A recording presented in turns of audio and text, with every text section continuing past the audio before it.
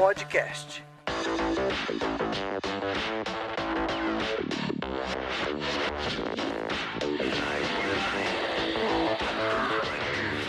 Olá, sejam muito bem-vindos a mais um TOTOS Developers Podcast. Goste você de Java ou .NET Core? Acredite você naquilo que tem anos de história no mercado ou naquilo que ainda é novidade? Isso não importa pra gente, porque a gente está aqui para encher você de informação. Eu sou o Ricardo Manzano, especialista em interface em ambientes multiplataforma e serei seu host. E hoje, como convidados aqui, nós temos aqui a nossa sócia aqui, Loiane Groner, que ajudou bastante a gente aqui nos nossos trabalhos. Loiane, vou pedir que você se apresente, apesar que você é mais famosa que todo mundo junto aqui, mas vou pedir que você se apresente. Oi pessoal, bem, em primeiro lugar, muito obrigada aí pelo convite de participar novamente do podcast, é sempre uma honra aí ter a presença de vocês e esse bate-papo super gostoso. Bem, meu nome é Loiane, eu sou desenvolvedora já aí faz mais de 10 anos, aí bem próximo dos 15 anos, né, e meu background aí é mais com Java, sempre trabalhei com Java desde o início da minha carreira, e também um pouco na parte de front-end aí com JavaScript e ultimamente aí mais com Angular, né, que foi o assunto do nosso outro podcast. Gosto bastante também de ajudar a comunidade, então tem um canal no YouTube para quem tiver interessado também. Tem livros publicados e palestras, né, por aqui e ali, e acho que é isso.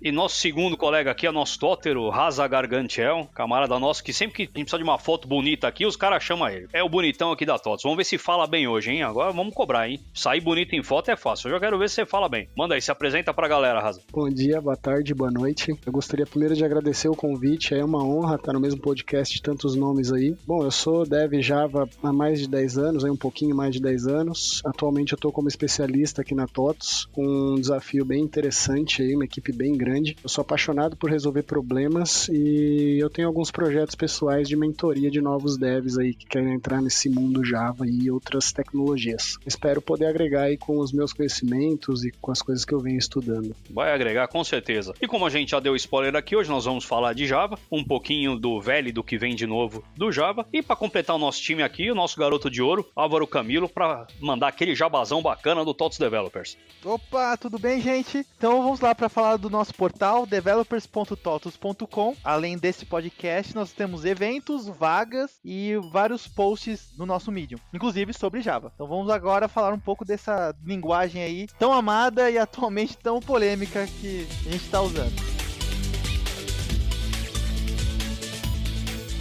E a primeira pergunta, óbvio, apesar da gente estar falando de uma linguagem que tem anos e que também nossos colegas aqui que estão participando também já tem anos pilotando ela, a primeira pergunta é qual que foi a sua motivação lá no começo para entrar no mundo Java? Então eu acho que é bacana começar pela Loiane. Eu morava na época, né, isso tem 15 anos atrás isso, né, tá um pouquinho bem antigo. O Java, na verdade, é uma linguagem bem antiga, né, ela tem mais de 20 anos de história. E eu fazia faculdade de Ciência da Computação em Vitória, no Espírito Santo, e minha primeira linguagem de programação foi Pascal, né? Então tinha aquele Turbo Pascal, uma IDE, né, bem antiga. E a faculdade onde eu estudava, ela queria se atualizar, né, se modernizar com uma linguagem que podia ser aplicada também no mercado de trabalho, né? Então os alunos aprenderiam uma linguagem durante a faculdade que depois poderia ser utilizada também quando os alunos arrumassem emprego. No Espírito Santo também a gente sempre tinha bastante evento de Java, né? Existia o ESJUG, que é um grupo de usuários Java lá do Espírito Santo, e sempre tinha, na época não tinha meetup, né? Não existia isso, mas existiam alguns encontros mensais e também tinha um encontro anual, que era o EGIS, que era o encontro anual do Espírito Santo. Então, eu sempre tive esse contato com Java, né? Na verdade, né, tirando o Pascal na época, era a única linguagem que eu tinha exposição. Falava-se um pouco de C também na faculdade, C++, mas não tinha muita vaga de emprego naquela região. Como a faculdade estava nessa transição, né, os professores também estavam aprendendo Java, a gente decidiu formar um grupo de estudos. Acho que foi um ano antes da faculdade adotar mesmo a linguagem oficialmente. E a gente fez esse grupo de estudos com professores também, isso foi bem legal, que a gente tinha professor também ajudando a gente a tirar as dúvidas. E assim a gente fez o grupo por 6 meses. Na época era nos primeiros períodos da faculdade, então a gente ficava um pouquinho a mais depois, antes de poder trabalhar, ou quem estudava à noite também tentava chegar um pouquinho mais cedo para poder tentar sincronizar aí com o resto do time. E também, ali em paralelo, a gente tentava fazer um projeto. Na verdade, foi um jogo da velha. Eu até fiz o upload desse código lá pro GitHub, que foi meu primeiro projetinho, assim, prático em Java, com Swing, né? Um negócio bem antigo mesmo. E foi assim, né, que eu fui aprendendo Java, através desse grupo de estudos. E um ano depois, depois a faculdade acabou adotando a linguagem como removendo o Pascal e colocando o Java no lugar. Bacana. Eu também acabei aprendendo primeiro o Pascal. Eu já programava em Delphi na época, então pra mim foi transparente, mas eu achava que era uma boa linguagem pra quem tava começando, porque era tipada, você tinha regras que você tinha que respeitar. Apesar do Java também ser chato com essa parte de tipagem, eu acho que o Pascal ainda era uma boa opção. Mas bacana. E Raza, ela acabou respondendo a primeira e a segunda pergunta numa paulada só aqui, então eu vou fazer pra você 2 perguntas numa só. Primeiro, qual foi a sua motivação pra entrar no mundo, como ela começou, e o segundo que ela respondeu por tabela, que qual foi o primeiro desafio que você enfrentou quando entrou nesse mundo? Lá em 2005, 2006, lá na faculdade, comecei a ter mais contato com linguagens de programação, né? Antes da faculdade eu não conhecia nada do mundo, nem computador eu tinha. Na faculdade eu comecei a ter que estudar um pouco mais do que o normal para conseguir acompanhar quem já tinha um pouco de conhecimento na área. E aí ali eu tive várias linguagens no Mackenzie, né? Eu me formei em sistemas de informação no Mackenzie. Tive C, C++, Delphi, COBOL, Java. Cada semestre a gente entregava um projetinho numa linguagem. E aí surgiu uma vaga para começar trabalhando com COBOL, né? E eu passei na vaga, comecei a trabalhar como estagiário, fui efetivado. Dali, logo no comecinho, eu já notei que eu queria empreender. E aí eu comecei a ver algumas dificuldades em empreender usando o COBOL, né? Até porque eu ia precisar ter mainframe, licença, gerar um produto com isso ia ser um pouco complicado. E aí eu dei um passo para trás, comecei a olhar para o mercado e naquele momento o Java era um boom, como para mim ainda é, né? Mas era um boom de mercado. Não, ainda é. A gente tá falando de coisa antiga, mas pelo amor de Deus, ninguém quer enterrar o Java. Acho que ele tem muita lenha pra queimar ainda, pelo amor de Deus. Sim, sim. E aí eu comecei a estudar firme Java. Então eu peguei lá uma apostilinha da Kaelon, FJ11, lá orientação a objetos e tudo mais. Comecei a estudar o Java ali, ela inteirinha, entendi um pouquinho, comecei a reler ela inteira de novo. Aí depois que eu li a segunda vez, comecei a fazer alguns exercíciozinhos. Naquela época a gente não tinha toda essa comunidade que a gente tem hoje ativa, então era apostilando, não sei quem lembra disso, a gente tinha lá umas apostilas de Hibernate, de EJB, de não sei o que, e você tinha que seguir aquele tutorial e rezar pra Deus para aquilo dar certo no final, porque se não desse, não tinha busca de Google que fosse, acho que nem tinha Google, era KD na época, né? Cara, isso é uma coisa que a molecada que vai ouvir a gente não faz ideia como era a gente não ter computador em casa, que era uma coisa absurdamente cara, não ter internet, quando tinha, você tinha uma internet de escada que com sorte você baixava 10k, e não ter o Google, é inconcebível hoje a gente realmente não ter isso, mas era a nossa vida. Não tinha Stack Overflow. Pois é. Metade dos programadores não existiriam sem ele, né, Álvaro? Não tem, hoje em dia... Como que os projetos saíam sem Stack Overflow, né? Eu não sei como. E aí, nesse momento em que eu comecei a estudar o Java, eu comecei a me interessar e aí comecei a ir entrando nesse mundo, indo na orientação a objeto e tudo mais, até que chegou um momento, acho que depois de um ano trabalhando com COBOL, Six, DB2, todas aquelas histórias, Visan, eu fui vendo que não tinha muito pra onde ir, o mercado estava um pouco fechado para essas tecnologias, já começando a se fechar, e eu não tinha essa abertura para poder empreender, eu não sentia que ia ter tanta facilidade em empreender com essas tecnologias. E aí eu comecei a fazer alguns projetos pessoais, então eu sempre fui bem curioso de cabo a rabo, esse full stack que é meio difícil de definir, eu sempre peguei lá, começava a desenhar os botõezinhos, os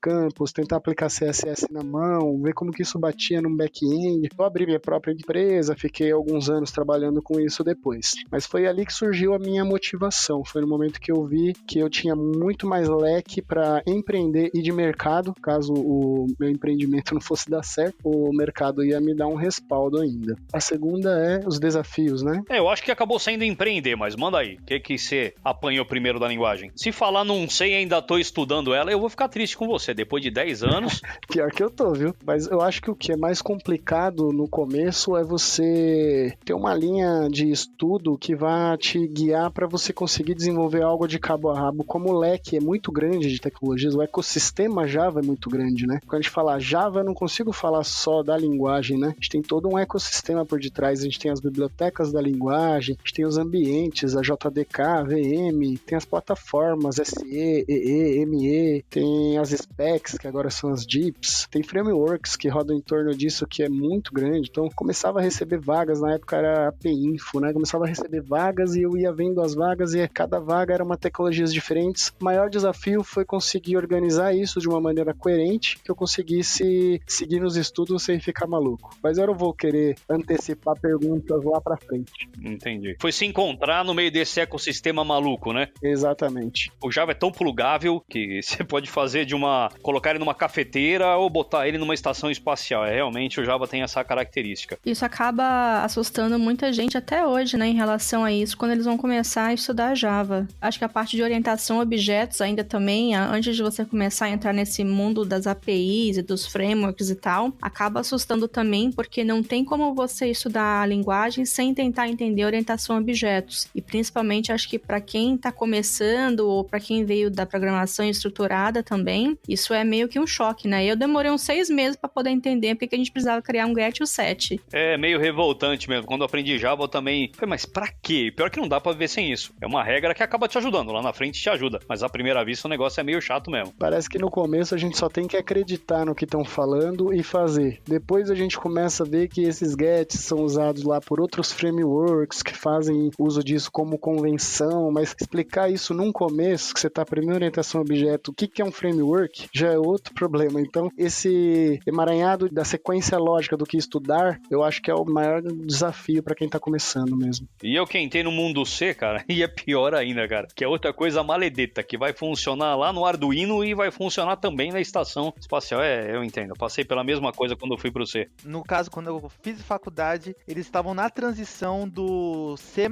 para Java. Então eu comecei a programar na faculdade lá de ciência da computação em Java, mas tinha muito professor meu que tava meio revoltado com isso. E aí ensinava Java meio puto. Tipo, aqui é o Java, mas no C isso aqui é diferente e tal. Então era até engraçado que eu falei, nossa, mas pra que tanta revolta, gente? Essas briguinhas até hoje.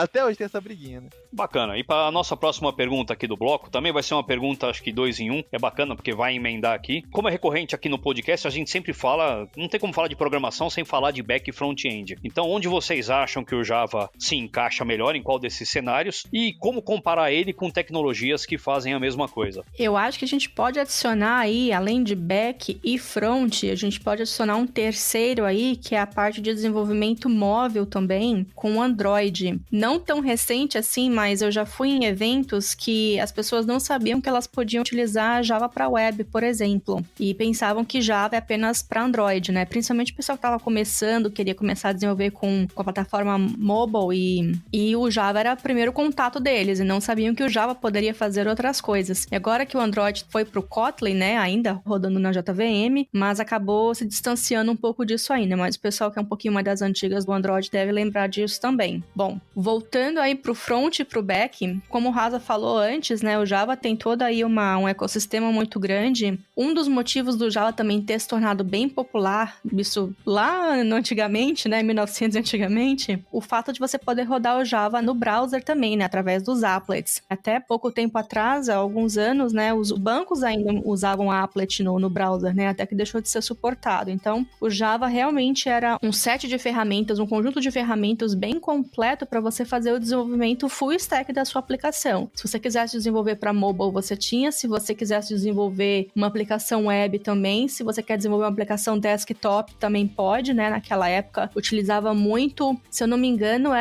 não sei se era JWT ou AWT, agora eu não lembro muito bem qual que era a biblioteca, depois passou a ser o Swing, e hoje é o JavaFX. A parte que eu particularmente trabalho mais de todo esse ecossistema, que eu sempre foquei, foi a parte de desenvolvimento web. Eu trabalhei um pouco com JSF, né? Então você acabava utilizando o Java no front também, e até mesmo com JSP, com as taglibs. Então basicamente era desenvolvimento com HTML e Java, utilizando ali no JSPs, e fazia diretamente ali a conexão, que a gente chama hoje back-end, né? Mas na verdade já era API, era todo um projeto só. E hoje, como a gente conseguiu evoluir bastante, conseguiu separar mais o que é um back-end, o que é um front-end, e no front-end em si a gente acaba utilizando bem mais, né, tecnologias web, né, JavaScript, com HTML, com CSS e os frameworks. Hoje mesmo eu gosto mais de usar o Java no back-end. Faço Java para toda a API e além das outras coisas também, a parte de mensageria, enviar e-mail, qualquer coisa que você precisa fazer em processamento em batch,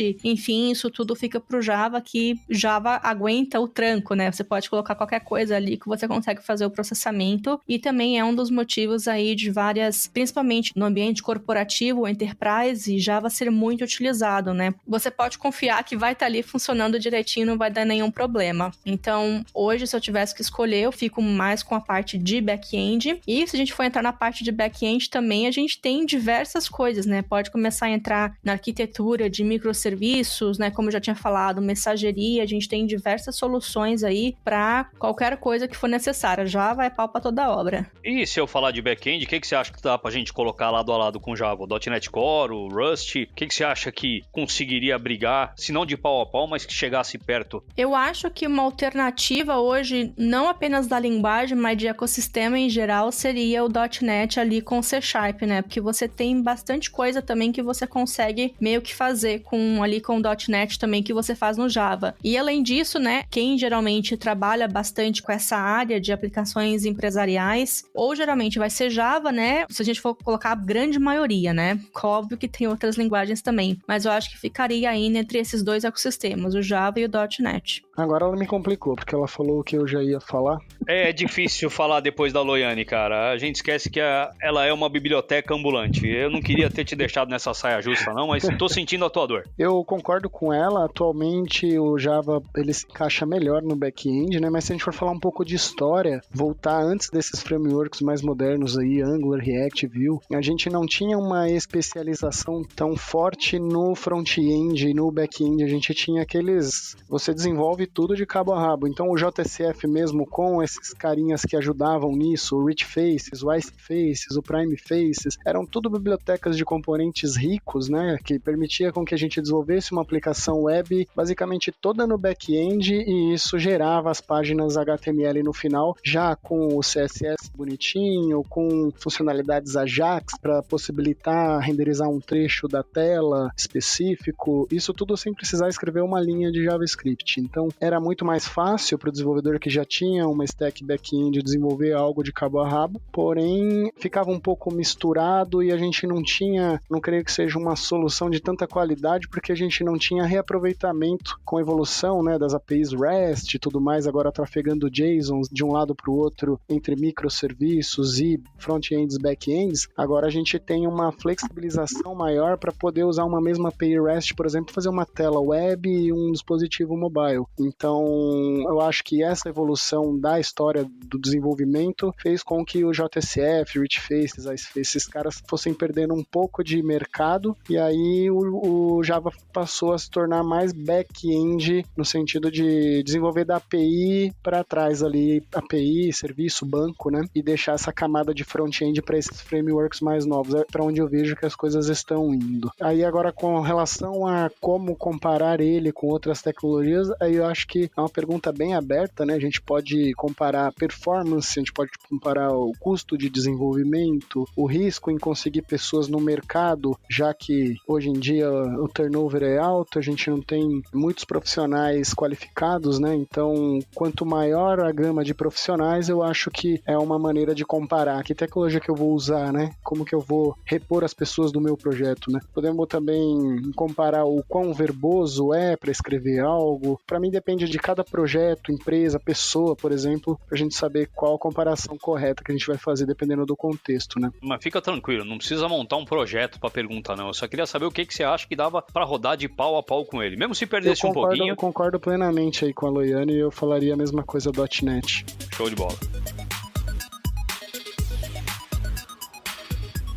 E aqui o momento pimenta do nosso bloco, eu tenho que falar, porque quem é programador e tá sempre com a cara nas mídias sociais sabe. E o Java hoje virou foco de meme e de piada. Eu acho até uma coisa absurda, mas cada 10 memes que você vê, 8 vão ser alguém falando alguma coisinha de um coitado que tá se jogando no precipício porque falou, não, pra trabalhar com Java eu prefiro morrer. Como que vocês acham que isso aconteceu? Porque se o Java é tão bom no back-end, é sinal que ele é robusto. O pessoal perdeu a visão dessa robustez dele, talvez pro front, cara, mas ele com certeza é pau pra toda a obra no back-end. E o que vocês veem dessa mudança do público, dessa modinha? Vamos falar, chutemos certo aqui, isso é modinha na minha opinião. O que vocês acham? Eu acho que essa fama do Java, né, isso é uma coisa que eu escuto desde que eu comecei a aprender Java aí há 15 anos atrás, né? A gente via nos livros mesmo comparando Java com C, por exemplo, né? E a ideia do Java foi escrever uma vez e rodar em qualquer lugar por conta da JVM, né? Que você escreve o Java, gera ali o bytecode e a JVM é que vai executar aquele bytecode, né? Diferente do C ali, que é uma linguagem que é compilada. Se eu não tô falando errado, né? Eu acho que é compilada. Não, tá falando certinho. Um programador não sabe o que é sofrer até ter que compilar uma biblioteca para os 3 SOs de desktop. Pega a última versão do Qt, do Qt, se a gente for falar bonitinho, e compila ele para Mac, Windows e Linux. Se você conseguir, eu vou falar que você é um programador. Você tem toda a razão. É exatamente isso. Então, e aí nos livros a gente via bastante essa comparação entre Java e C, principalmente falando que Java era um pouco mais lento que C. Eu acho que desde essa época, porque até se você for pegar livros hoje que são mais antigos, você vai ver essa frase, né, que o Java é um pouco mais lento que o C, mas é justamente por causa disso, dessa facilidade de você programar e você conseguir rodar em qualquer sistema operacional, desde que você tenha ali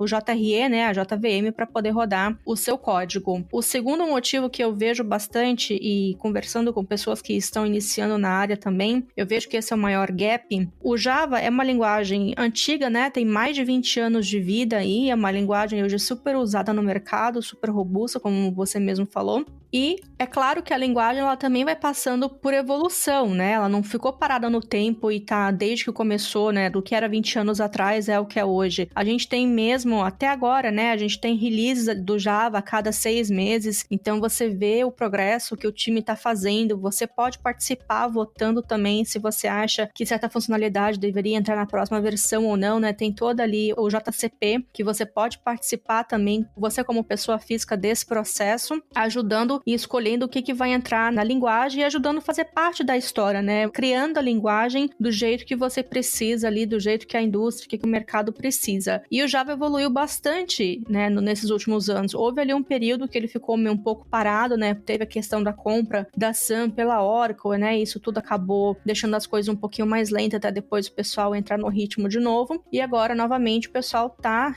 no ritmo certinho com os releases a cada 6 meses ali, bem a cada 6 meses mesmo, sem perder nenhum dos deadlines. Quando a gente vai aprender Java, a gente acaba aprendendo ainda toda aquela questão da orientação a objetos, o que é um polimorfismo, get, set, interfaces e tal. E eu vejo muitas faculdades, por exemplo, utilizando o Swing. Então, o pessoal tá começando a aprender, você já tem que saber fazer um monte de coisa de uma API específica, que é o Swing, que é bem antiga, apesar de ser muito utilizada ainda hoje, né? E a gente vê vários sistemas por aí, supermercado, farmácia, utilizando aí os sistemas de checkout, de carrinho ali no Swing. Mas para quem tá iniciando, quando você pega isso, é um baque muito grande e você tem desafios para tentar entender ali o Swing, como é que funciona aquela biblioteca, porque tá aprendendo a API, não a linguagem em si do Java. E com isso, o pessoal sempre fica falando que linguagem é mais difícil, o Java é lento. Se for realmente olhar por essas coisas, né, e tentar comparar com o que o Java é hoje, são duas coisas bem diferentes. E eu até concordaria com o pessoal falando ali, o Java Swing é um negócio bem antigo que o pessoal não tá usando hoje mais. Não se deixe levar por isso. Uma outra dica que eu gosto de dar também é não leia comentários de grupos de Facebook. Não leve aquilo como sendo fato, porque ali tem muita discussão que acaba atrapalhando também quem tá iniciando, que quer entrar nesse mercado. E é claro, vocês também sabem aí, é uma área ainda que a gente precisa de muito profissional, né? Tem muita oportunidade também de mercado. Eu diria mais, eu diria saia do Facebook.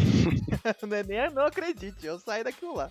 Faz todo sentido isso que a Loiane falou. Eu acho que o que traz esse motivo de piada aí, de pessoas que são de outras áreas ou que não querem apoiar o Java, dizer que, eu quero fazer um Hello World, eu tenho que fazer 10 linhas, tem que ter o class, tem que ter o public static void main, string args, passar lá o meu system out, print, len, sendo que no Python com uma linha eu consigo fazer isso, né? Mas a gente não vai escrever esses autos no final das contas. E essa estrutura que o Java fornece nos ajuda lá com a orientação a objeto, que eu também acho que é outra coisa que pode ter virado motivo de chacota, mas dá pra gente entender um pouco. Por exemplo, aquela história, né, de se você tem um problema e você quer resolver ele com Java, você vai ter uma fábrica de problemas, né, eles falam, que é justamente por querer aplicar aqueles design patterns, tudo porque o Java apoia a orientação a objeto, então você acaba aplicando bastante design pattern, o código pode ficar um pouco mais complexo de entender inicialmente. Velho, não aguenta, pede pra sair, cara. cara. Exato. Então, às vezes, quando você dá uma opinião no Facebook da vida dizendo que é muito complexo para fazer uma coisa que seria simples, às vezes falta analisar um outro aspecto que a gente está fazendo aplicações corporativas grandes que demandam uma manutenção rápida e fácil. E aí mexer num ponto único. Então, às vezes, essa fábrica de alguma coisa que cria um objeto complexo pra gente é algo que vai facilitar muito no contexto em que você está encaixado. Então, a gente tem que analisar melhor antes de fazer essas comparações. Não que o Java vai resolver tudo da melhor maneira. Você pode, às vezes, fazer um script em Python para resolver algo de maneira mais rápida, onde eu quero manipular um arquivo, copiar uma coisa daqui para lá, tratar informações rápidas. Posso fazer ali com outra linguagem se eu quiser fazer em menos linhas, né? Vamos dizer assim. Mas eu acho que por conta do Java ser essa solução corporativa que atende um ecossistema bem grande, né? Ela acaba trazendo essa complexidade que às vezes é motivo de chacota de dizer que é mais fácil fazer com outra linguagem. Além disso, essa questão da performance, né? Que a Loiane comentou com relação a uma linguagem já mais nativa do que uma linguagem que vai rodar em cima da VM, né? Tem que entender se o Java realmente é a tecnologia correta para o seu projeto. Se o caso for ser performance, né? Pode até um microserviço da parte que tem que ser mais performática, enfim, cada caso um caso, né? E essa questão do swing também eu concordo que é bem complicado de fazer essas telinhas. Hoje já não se faz muito disso, né? Mas antigamente lá, você ia fazer no Visual Studio lá, uma telinha no VB lá, era muito fácil, você arrastava bem, você selecionava a área que queria colocar os componentes, ficava certinho, clicava 2 vezes, já estava no método, é muito prático, a IDE te ajudava muito. Com swing no Eclipse, basicamente você não consegue fazer muita coisa, tem o NetBeans lá que te dá uma ajudinha, mas também não é grande coisa assim na questão de layout de tela, é bem trabalhoso de trabalhar. Só que como isso não é uma realidade atual, muito,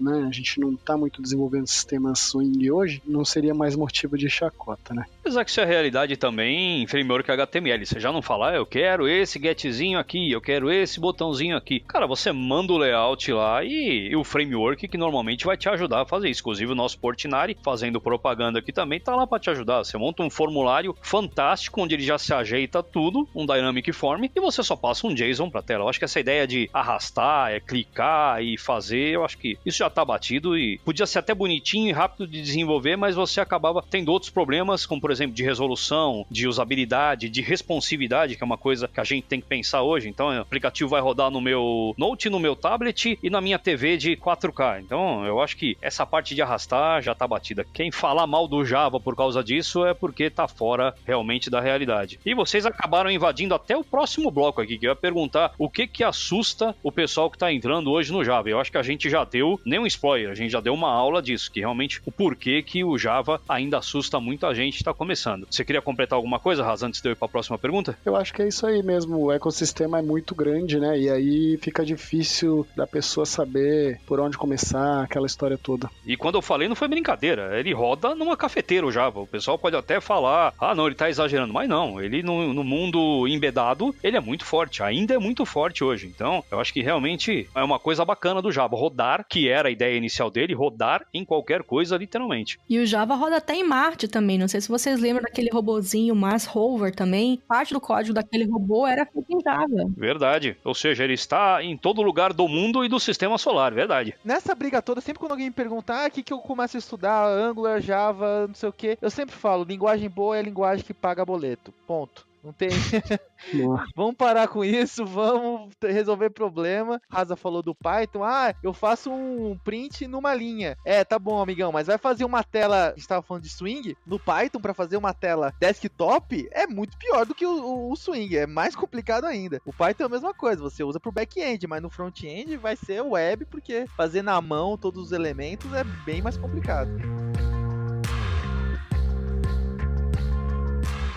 E para a próxima pergunta que eu vou perguntar para vocês, a gente já falou muita coisa boa do Java, eu vou perguntar aquilo que incomoda vocês, mas não vamos falar de swing, não vamos falar do desafio de aprender, que vocês dois já são fera e já dão aulas disso. Mas mesmo hoje, como profundos conhecedores da linguagem, o que incomoda vocês no Java que vocês acham que podia melhorar? Eu acho que as coisas que mais incomodam, assim, é essa questão, talvez, de performance, né, e a parte verbosa de escrita, mas isso eu vejo que o Java, com essa nova abordagem da Oracle aí, que eu achei bem bacana, lançaram atualizações semestrais, né? Ela vem lançando atualizações que realmente vêm resolvendo esses problemas, né? A escrita mais sucinta e a parte de melhoria de performance no Garbage Collector ou nas funções que a VM tem ali em cima do seu projeto. Então eu acho que essas duas questões de performance e verbosidade, mas vem sendo resolvida. Eu concordo com o Rasa. Tem algumas coisas de sintaxe que eu gostaria que melhorasse, mas acho que desde o Java 7 eles vêm melhorando, vêm mudando isso. Tem algumas coisas novas agora também, o que eles adicionaram nos últimos JDKs para poder simplificar o switch case e também a parte de strings, concatenação. Então, para o string literals, tem métodos novos também que vão ficar disponíveis. Então, isso acho que aos pouquinhos a comunidade vai ajudando, a própria comunidade junto com o JCP vai votando aquelas coisas que tem mais prioridade para as pessoas para entrar em cada release do JDK e aos poucos a gente vai melhorando a linguagem. Outra coisa sobre a verbosidade também, que eu acho que melhorou muito em relação aos últimos anos, é que hoje a gente tem diversos cenários novos, diversas coisas novas que a gente pode utilizar no Java mesmo, né? Então, uma coisa que eu não gostava, eu acho que ninguém gosta, na verdade, em qualquer linguagem, acho que é trabalhar com datas. Eu acho que isso é dor de cabeça em qualquer linguagem que você for ter que fazer manipulação de datas, né? Isso acabou melhorando bastante também depois do Java 8, já ajuda um pouquinho. E no Java também a gente tem agora a programação reativa, né? A partir do JDK 8 também, com a biblioteca de streams. Os próprios frameworks também vão adicionando isso. O Spring, você tem o MVC e agora também tem um Spring reativo. Óbvio que são duas bibliotecas diferentes para cenários diferentes, né? Levando em consideração a questão da escalabilidade de projetos. Então, o Java mudou muito hoje, tá muito moderno. O jeito que você escreve código hoje tá bem diferente do que a gente escrevia há 5 anos atrás. Aos pouquinhos a gente vai melhorando a linguagem, vai se adequando aí às necessidades do mercado e pode ser que daqui a 5 anos a gente tenha necessidade de arquiteturas e designs diferentes também e a gente vai evoluindo aí junto com a comunidade. É legal você falar dessa questão de string, de lambda, programação funcional. Antigamente, no projeto que a gente atua aqui, tinha muito Google Guava, que era uma biblioteca para fazer essas coisas fora, né? A gente conseguiu evoluir aqui para a versão 8 do Java, e aí a gente começou a usar muito string, muito lambda aí para tratar as coleções, filtrar, etc. Eu acho que foi um grande avanço aí para a linguagem Java, na minha opinião. Tem uma curiosidade também, a gente falando um pouco mais de código mais moderno, né? Tem um framework em JavaScript que eu gosto bastante, que é o Nest.js, ele é baseado em Angular. Quando você começa a fazer um projeto com ele, ele lembra muito o Spring também. Então, se você abre uma classe controller no Nest.js e pega uma classe controller do Spring MVC, por exemplo, e coloca ali lado a lado, se você esconde ali a parte de cima, né, da parte dos imports e do require que tem ali do Node.js, você praticamente não consegue identificar o que é Node.js e o que é Java, pra gente ver o quanto que a linguagem evoluiu e o quanto que a gente tem aí código moderno hoje que a gente pode utilizar. Essa questão também das empresas, né, e as pessoas também se adequarem a essas formas novas, porque às vezes a gente fica muito preso também de como que a gente programava no passado com Java, sendo que hoje a gente tem esse leque de opções para poder evoluir e evoluir os nossos projetos também junto com a linguagem. Uma coisa que eu ia falar é a questão do Java EE e Spring, né, que acho que agora nem é mais Java EE, né, Jakarta EE, né. É uma coisa que incomoda um pouco também quando você está começando, porque você começa aí pela linha do Java EE, que é um conjunto de especificações para desenvolver o web, né? E aí você vai vendo sobre aquelas especificações, conhecendo quem são os frameworks que implementam aquilo, e aí você vai indo para um mundo de desenvolvimento. Aí quando você entra no mercado, você vê que muita gente usa, por exemplo, Spring, que aí ele faz praticamente as mesmas coisas do Java EE, mas talvez de uma maneira mais rápida, mais prática, e aí ele começou a ganhar bastante aderência no mercado também. E aí o Spring, quando a gente fala de Spring, também não é só Spring, né? É um ecossistema Spring, que aí ele resolve tudo para você, camada REST, camada de acesso a dados, camada de injeção de dependência, chamadas REST entre microserviços, inclusive saída para microserviços, enfim, é um outro ecossistema à parte que pode assustar quando você chegar nesse ponto e falar, poxa, achei que eu já sabia tudo do Java EE, tudo do Java ia estar fera, agora eu vou ter que começar tudo do zero. E aí tem algumas pessoas que até na internet eu vi algumas brincadeiras, não sei se é brincadeira ou não, mas que fala que o Java é o carro e o Spring seria o combustível, né? Mas isso aí é assunto para um outro podcast. Vamos guardar isso aí, porque realmente vai dar pra gente falar de novo sobre isso. papo foi tão gostoso, foi tão fluido, estamos com o tempo estourado aqui. Eu vou ter que correr com a última pergunta aqui pra gente começar a parte de encerramento. Hoje, mesmo com essas brincadeiras, esses memes, tudo, não há sombra de dúvida que o Java ainda é uma ótima opção para quem está começando. E aí eu pergunto para vocês, você, Loiane, que está aí nos Estados Unidos, que está conhecendo o mercado aí fora, e você aqui, Rasa, que está conhecendo no Brasil, qual que seria o melhor caminho para o pessoal entrar nesse mundo? Eu acho com certeza, né? A vaga com Java sempre tem, e aí só precisa ver qual que é o framework que está utilizando, né? Umas empresas usam JSF, outras Spring, outras já estão usando aí parte de microserviços. No microserviços aí, sei lá, a gente tem mais vários frameworks, né? O próprio Spring, o Quartus, o Micronaut. Então, é um outro mundo à parte ainda. E aqui nos Estados Unidos também sempre tem vaga. De vez em quando eu recebo algumas vagas no LinkedIn também, inclusive aqui para a cidade de Tampa, aqui na região, em Orlando. Existem as vagas só de back-end mesmo, vai depender bastante do que a empresa precisa, mas o que eu vejo bastante também é Java com algum framework no front, principalmente React com Angular. E aí vai depender aí da região o que o pessoal está utilizando mais. Mas eu gosto bastante, principalmente da combinação do Java com Angular, porque para quem trabalha com aplicativos corporativos empresariais, eu acho que isso é uma combinação explosiva, uma combinação que combina bastante. Eu acredito que se você está começando na área, você vai provavelmente procurar uma vaga de júnior, né? E aí talvez seria interessante começar a ficar de olho em que vagas de júnior pleno pedem, né? Fazer uma lista, fazer uma planilha de tecnologias e ir estudando uma a uma. E aí eu recomendo você criar um repositório no GitHub, versionar os repositórios, já mostrando que você também tem conhecimento em ferramentas de versionamento e no Git. E aí você tem lá um portfólio, porque é um limbo isso que você entra, que é aquele ovo ou a galinha, né? Você precisa de experiência para entrar no mercado, mas você só entra no mercado se tiver experiência. A história do ovo ou da galinha vai ser sempre isso, aí não tem jeito. Então eu vejo muitos apelos de contratem júniors, mas também tem que ter o lado do júnior que sabe se vender. E aqui então na nossa reta final, aqui nas considerações finais, eu vou abrir o microfone para vocês, primeiro para você, Loiane, para você dar suas considerações finais e para mandar o seu jabazinho também, que é bacana para todo mundo conhecer o seu trabalho. Bem, eu acho que a gente conseguiu resumir bastante aí de como que tá o mercado hoje, como que era antigamente, e para o pessoal que tá começando, não fique intimidado, né, com as piadas que você vê por aí, ou que a linguagem possa parecer difícil. A curva de aprendizado é realmente um pouco longa, mas é um mercado bem amplo que a gente tem aí de Java, com várias oportunidades que estão abertas aí com diversos frameworks, né? Então, como o Rasa falou, vê o que está sendo pedido nas vagas, faz uma lista, estuda tecnologia por tecnologia ali, até você se sentir confortável e vai atrás. É uma linguagem muito legal de se trabalhar, tenho tido contato aí faz quase 15 anos aí com a linguagem e graças a Deus até hoje nunca fiquei sem emprego e sempre todos os empregos que eu arrumei foram empregos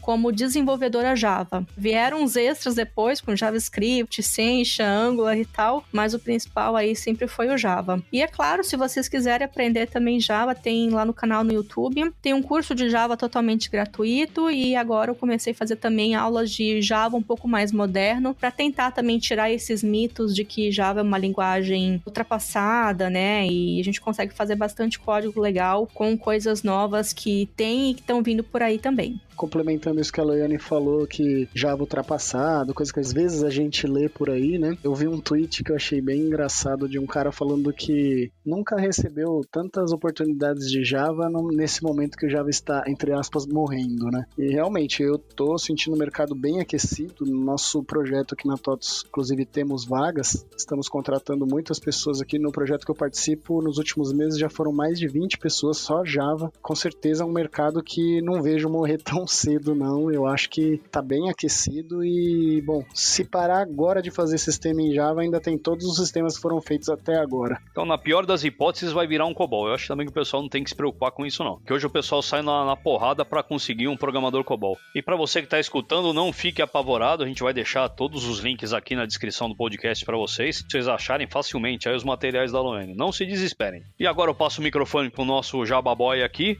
Nesse bloco final, a gente sempre pede dicas dos participantes, do que eles estão vendo, jogando, lendo, para o pessoal sair daqui com a cabeça agora cheia de conhecimento, relaxar um pouco, para esse conhecimento ficar na cabeça. Vou dar 2 dicas então, que eu voltei a jogar World of Warcraft, preparando pra expansão nova aí que tá vindo. Estão tentando me tirar o tempo perdido aí que eu fiquei sem jogar. Então, quem quiser também, me encontre online. Vamos participar das masmorras e das raids online aí pra gente se divertir um pouquinho, que a vida não é só codificar. E uma outra dica é o Mandalorian também, Baby Yoda, gente. Que coisa mais lindinha. Vale a pena assistir só por conta do Baby Yoda. É muito fofinho. Bom, eu sou pai, né? Eu tô tentando assistir Ozark, mas tá um pouco complicado. Eu terminei a Casa de Papel e assisto bastante Peppa Pig. Eu entendo a sua vida. O meu moleque tá começando a ficar mais independente, tá deixando de assistir algumas coisas. Até consegui assistir algumas coisas bacanas esses últimos meses. Consegui fechar o The Witcher do Netflix. Fotografia espetacular, realmente uma série muito bem feita. Zerei também a última temporada do Expanse, que tá no Prime agora. Era do Netflix e o Amazon comprou. Tá indo muito bem, acho que para agora a última vai ser a 5ª temporada. E Rick e Morty, né, que deixou meio que um gostinho de saudade, né? Foi só 5 episódios a 4ª temporada, mas foi muito bem feita. Eu já falei pra vocês dois que é fácil, é só não dormir mais. Não, brincadeira, a gente não recomenda, tem que dormir. Mas tô assistindo pelas madrugadas o Narutinho, tô voltando a ver desde o zero. E também agora saiu no Netflix a 3ª temporada do Sabrina, Aprendiz de Feiticeiro. É uma novelinha bem legal. Ah, velho, eu fiquei com medo. Depois da primeira temporada, eu fiquei com medo e não quis mais assistir, não. O bagulho lá é sombrio demais. Mas a segunda virou uma novela, mas tem a parte sombria também. Eu gosto, acho bacana, é engraçado. Eu não, tive que dormir agarradinho com a mulher, cara. Eu fiquei com medo mesmo. Foi, deixa esse negócio pra lá. Caraca, tá bom, né? Cada um, mas... Bom, e pra finalizar, reforço o developers.totos.com, onde estaremos com esse podcast, com os links. Além de vagas, então temos lá em cima no canto direito, temos vagas, e aí você consegue acessar todas as vagas da TOTOS, além dos nossos eventos, que sempre nós temos, e esse ano a gente vai acelerar e ter bastante eventos aqui na TOTOS, não só aqui, como em todas as unidades da TOTOS, onde todos estão convidados, inclusive eventos, meetups de Java. Show de bola. E a gente mais uma vez agradecendo esse time fantástico. Loiane, você é a nossa sócia aqui, sempre um prazer imenso, uma honra incrível ter você aqui com a gente. Brigadão de novo pelo seu tempo. Eu que agradeço, obrigada. Que é isso, a gente que agradece, fica envaidecido aqui mais uma vez. Todo mundo aqui é seu fã de carteirinha. E você, Raza, brigadão de novo, tô devendo uma cápsula de Nespresso pra você, ó, fazendo jabazinho da Nespresso aqui. Quem sabe eles mandam uma caixinha pra gente queimar no próximo aqui. Valeu mesmo. A gente vai dar Netflix, mano, todo dia. É verdade, né? Não, Netflix já era pra gente ter a vitalícia, né? Que nem o Silvio Santos, né? Vai fazer o quê, né? Eu que agradeço o convite aí, uma honra participar de um podcast aí com a Loiane e com vocês aí. Obrigadão, e a gente também queria agradecer vocês que estão ouvindo a gente, o seu tempo e a sua paciência, e a gente espera vocês no próximo TOTOS Developers Podcast.